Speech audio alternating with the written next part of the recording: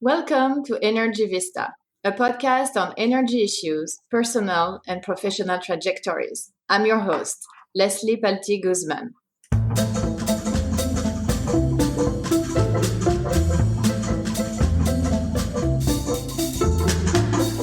In each episode of this podcast, we chat with energy experts from all around the world. We exchange on timely energy issues as well as their life experience. You will learn a lot, whether you are an energy aficionado or a newbie. One of my favorite parts of this podcast is the focus on their personal stories. I always find them very inspiring. It's February 28, 2020, and time for a new Energy Vista episode. Today I'm exchanging with Diane Burman, Commissioner of the New York State Public Service Commission. We will discuss about one of the biggest debates taking place in the state of New York. Is there a role for natural gas in a low-carbon world? New York is at the forefront of thinking about new gas pipelines, energy transition, and the world is watching. Hi, Diane. Hello, thank you for having me. Thanks very much for you. First, you're my first guest for 2020 as we start a new Energy Vista series. And also, thank you for your public service. I'm a New York resident, and you make sure that our electric, gas, telecommunications, and water system are safe and reliable. So thank you. Thank you. So Diane, did I understand correctly your job? And maybe before delving into the New York State issues, you can just summarize for us your day-to-day job. You interact with many different topics, but also with many different stakeholders. Wonderful. So I serve as a commissioner on the New York State Public Service Commission, and the commission regulates the state's electric, gas, steam, telecommunications, and water utilities, and also oversees the cable industry. And in addition, the commission also exercises jurisdiction over the siting of major gas and electric transmission facilities and is responsible for ensuring the safety of natural gas and liquid petroleum pipelines. We are bipartisan by law since 1970, and the commission consists of up to 5 members, each appointed by the governor and confirmed by the state Senate. I started on the commission in 2013. I'm now on my second term, which runs through February 24. And in New York, we are doing a lot in the future of energy space.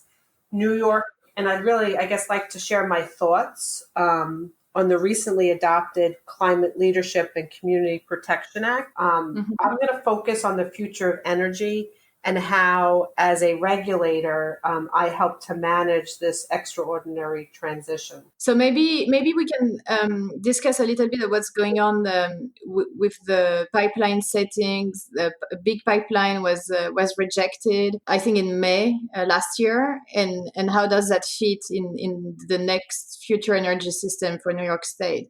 So the way I understand it is that New York has become ground zero for climate change regulations and also litmus tests for the future of natural gas. So back in 2014, shale gas was banned. Then last year, a big pipeline was rejected. And there was kind of there was a lot of tensions between the electricity company and the policymakers and regulators. On one hand, there was the thinking that if a new pipeline was accepted, it would lock in the state of New York in using fossil fuel for decades. And on the other hand, the electricity company were thinking that if we have no new pipelines, it will be impossible to accept new customers to switch from diesel or other fuels to natural gas because they wouldn't have enough supply.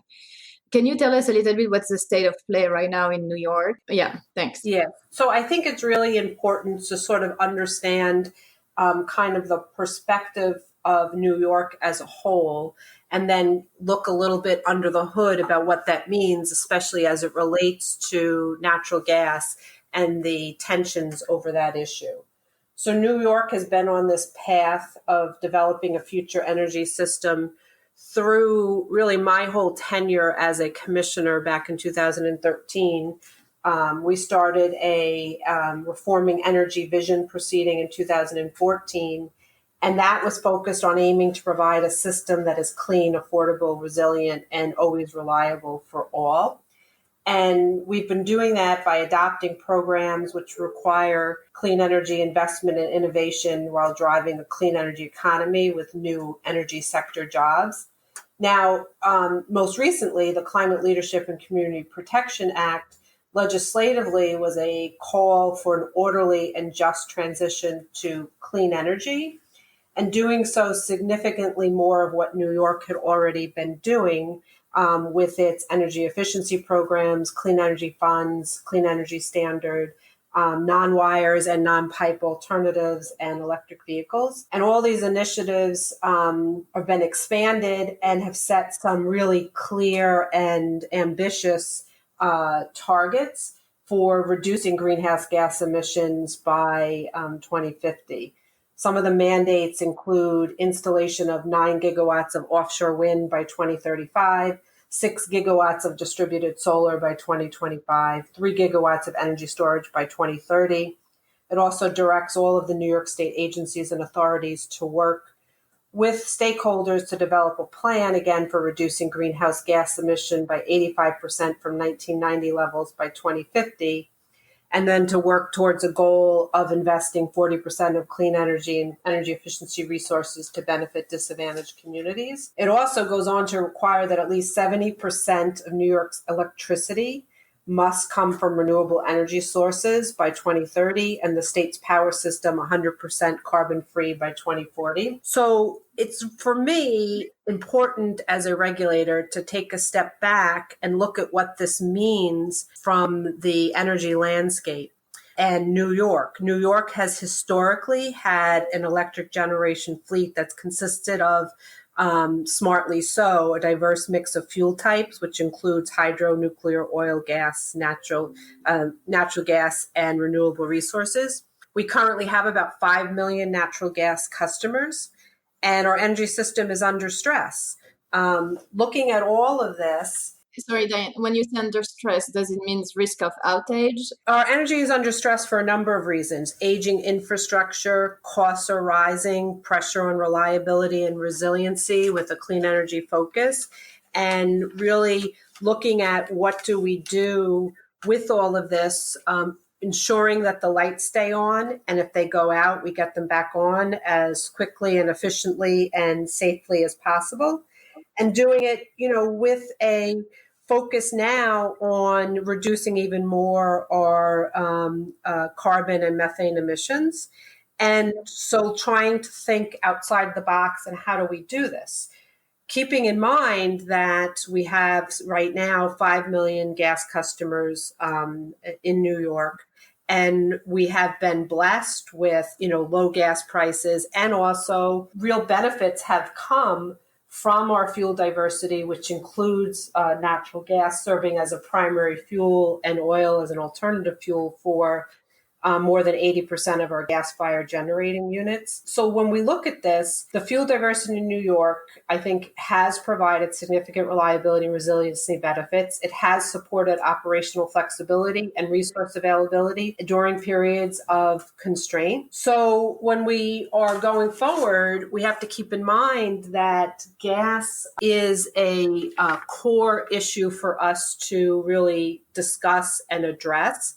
I'm very cognizant of the goals of the Climate Leadership and Community Protection Act, but I am very concerned about preserving safe, reliable, and affordable natural gas service to customers, as long as the customers are remaining on the natural gas system.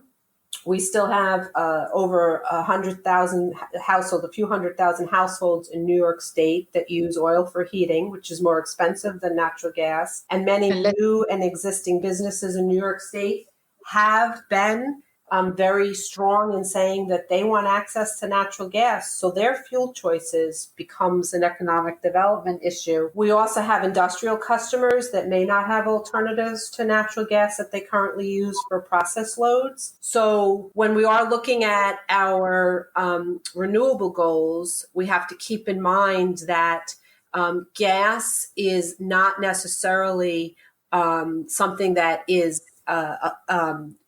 dramatically opposed to that in how we work with natural gas within that framework to actually be supportive of our goals. From my perspective, that embracing new technologies like renewable natural gas from sources such as water treatment plants, blending hydrogen into the natural gas distribution system, looking at carbon capture, looking at ways to have increased technologies to help support methane emissions reductions.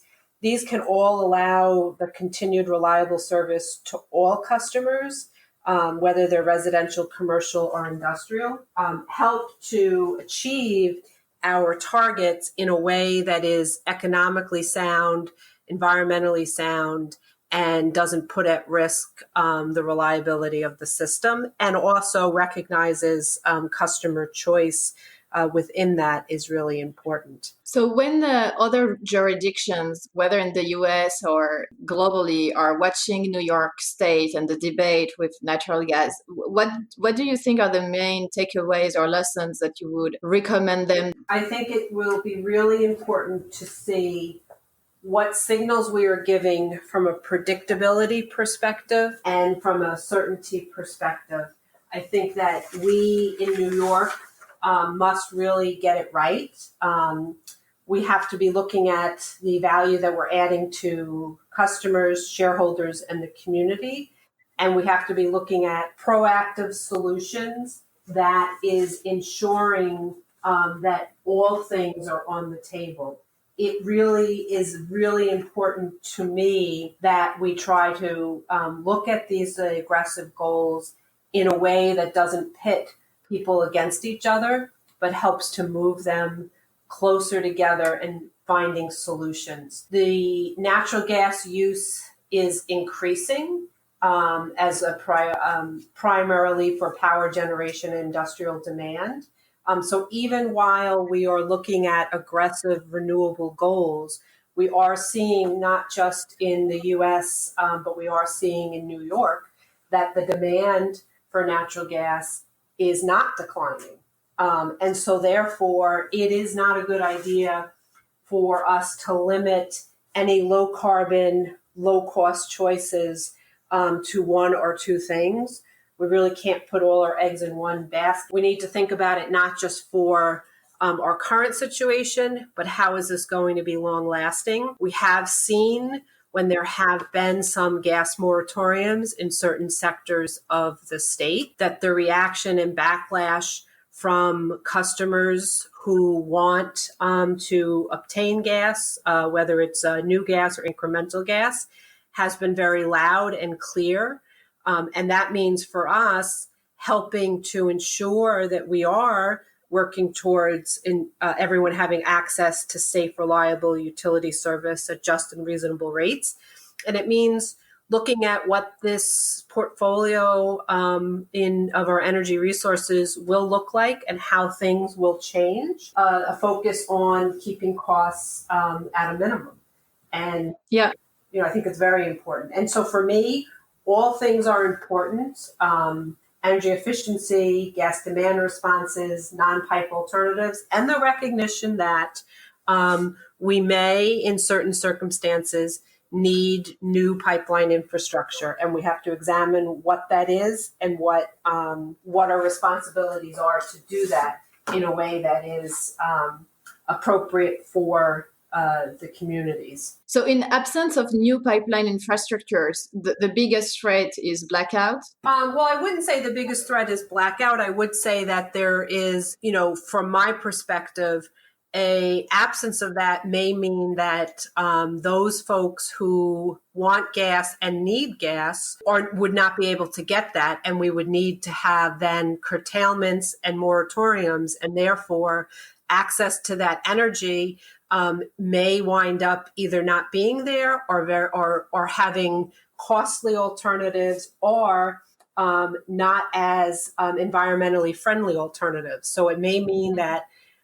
some people who are on oil will need to remain on oil. And we in New York, when Mayor Bloomberg was the mayor of New York City, we had the largest oil to gas conversions undertaken under his leadership and the leadership in the state.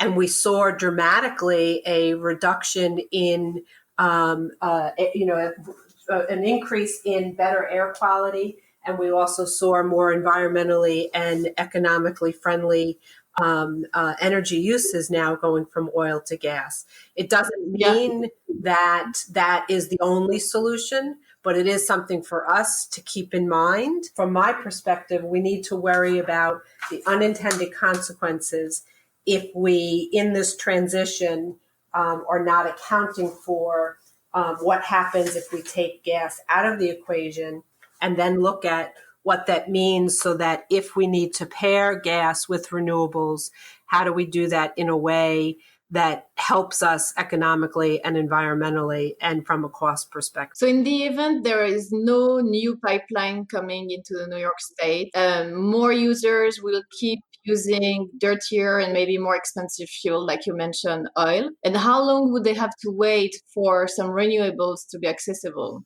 I think that's part of the focus now through the Climate Leadership and Community Protection Act is looking at what this is. We are sort of doing all of the above currently, where we are increasing our renewable portfolio. We are looking at ways to help enable that, but we do need to look at what this means and do some analysis for helping to serve the needs of New Yorkers and look at those technological advancements that may be there and what policies we're doing to set the right tone to enable those technological advances. And I'm, sort of cognizant of the fact that, in my opinion, historically, the greatest contributor to our country's dynamic energy landscape was really, and a game changer, was the drilling technology that allowed for freeing petroleum and natural gas from shale formations. And we saw from doing that it really changed dramatically this landscape. It reduced prices, which resulted in reduced electricity prices, made the U.S. a net energy exporter, and potentially increased our national security and our trade deficit. So from that perspective, that technology and unlocking that changed so much for the better. And so now it's a matter of looking at that and how do we continue those lessons from that and help to enable even more future technological advancements that we are exploring now and don't even know what may come from others later. Some people are talking about hydro from Quebec for New York State. Mm-hmm.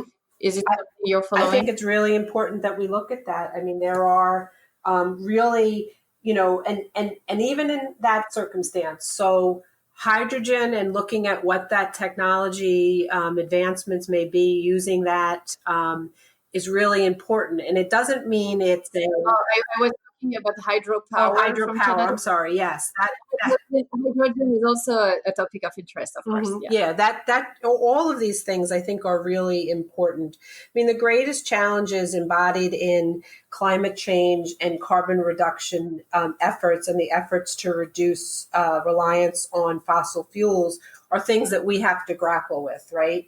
Natural gas has been historically seen as something that is very good, and it's been seen as a bridge.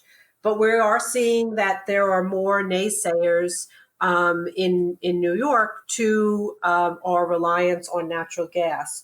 So the opportunities for us lie in natural gas being a backstop for renewable energy generation, which is generally intermittent, and in vehicle fueling, and helping to reduce carbon emissions and reduce prices for transporting goods. But we have to develop the infrastructure. We have to make the vehicles more price competitive. And we also have to look at how can we work together collaboratively. And we need to make sure that we are doing all we can as an economic regulator that is focused on ensuring safe and reliable utility service. And Diane, with your expertise as a commissioner, you're also not just staying in New York, but you're traveling and you're sharing what you've learned with other regulators, commissioner globally. Can you tell us a little bit about those initiatives and why it's important that there is some knowledge sharing and know-how sharing? Yes, thank you. So I also, in my role as a commissioner, I serve on the National Association of Regulatory Utility Commissioners, NARUC's Board of Directors, and I'm chair of the NARUC's Gas Committee. I'm also a member of the Committee on International Relations and Critical Infrastructure, and a number of other things, including being chair of the NARUC Department of Energy Natural Gas Infrastructure Modernization Planning Initiative. When I first came on as a commissioner, I went on a educational partnership initiative with NARUC and USAID to Tanzania, looking at pipeline safety issues and regulations and helping in that partnership and that collaboration. From that, really saw the benefits of working together, understanding. And Tanzania, yeah, I mean, often in African countries and maybe South Asia, where there is, there is a lot of a learning curve to reach because some of those countries are very new to, they are starting from a very low base of power generation and different penetration of different fuels.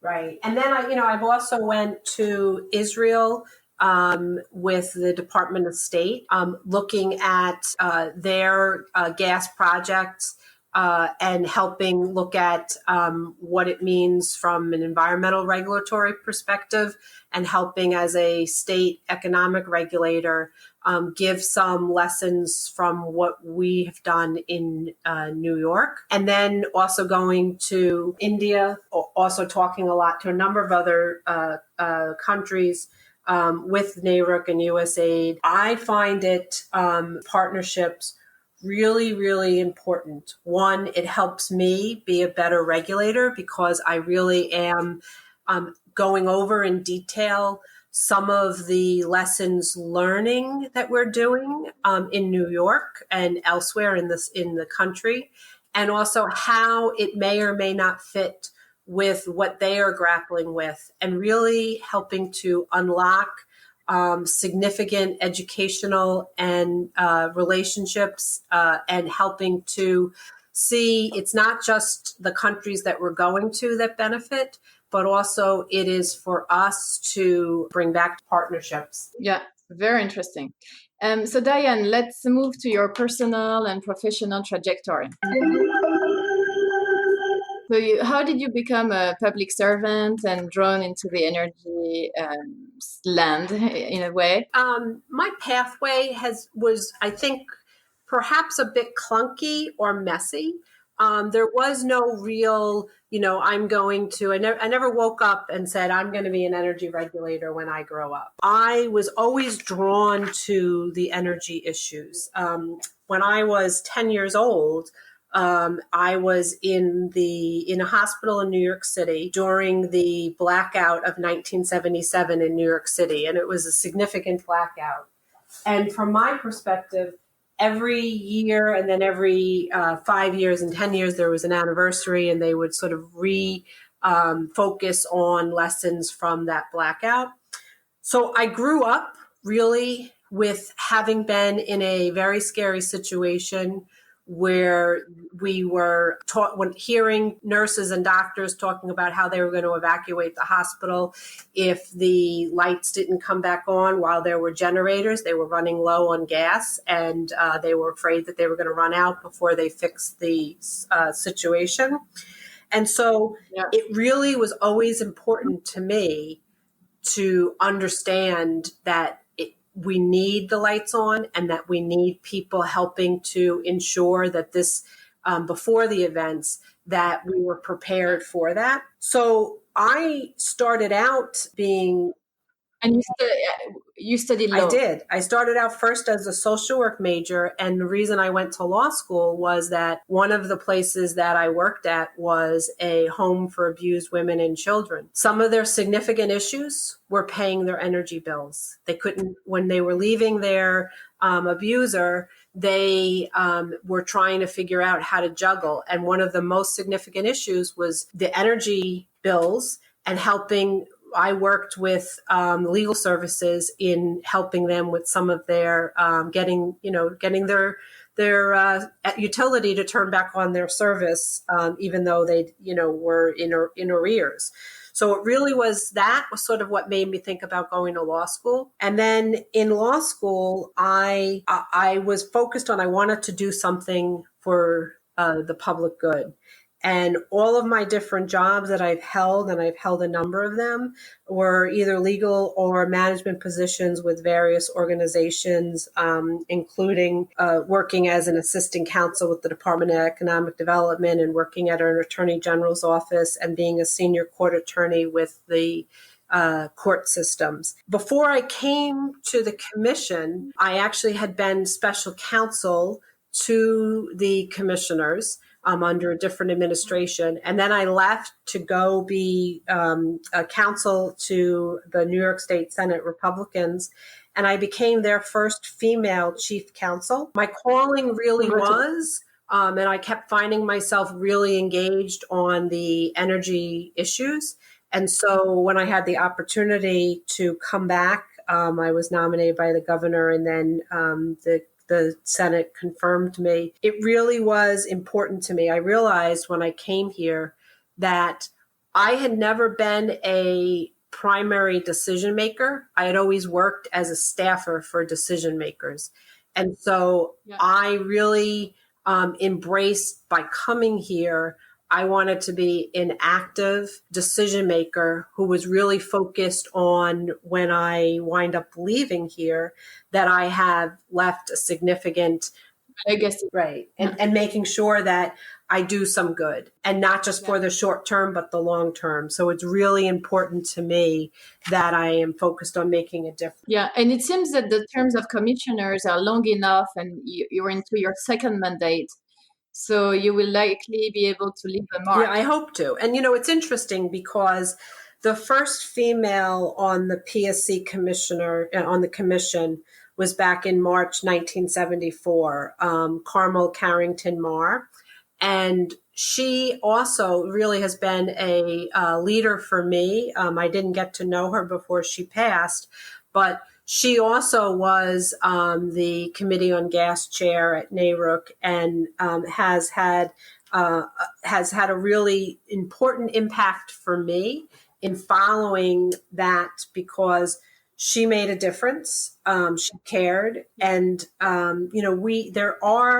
there is still a significant gap of female leadership in the energy world. And the terms of females tend to be on the lower side in terms of how long they last, from just my sort of looking at it.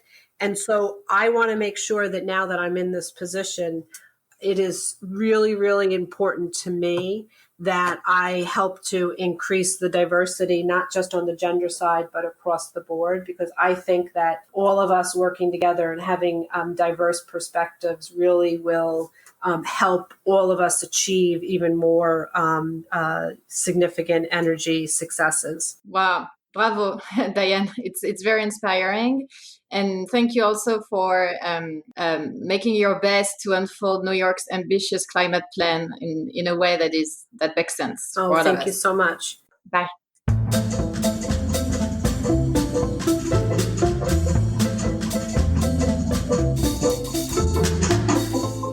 That concludes our Energy Vista podcast, which was recorded at February 28, 2020. This is Leslie Palti-Guzman saying good day and good luck.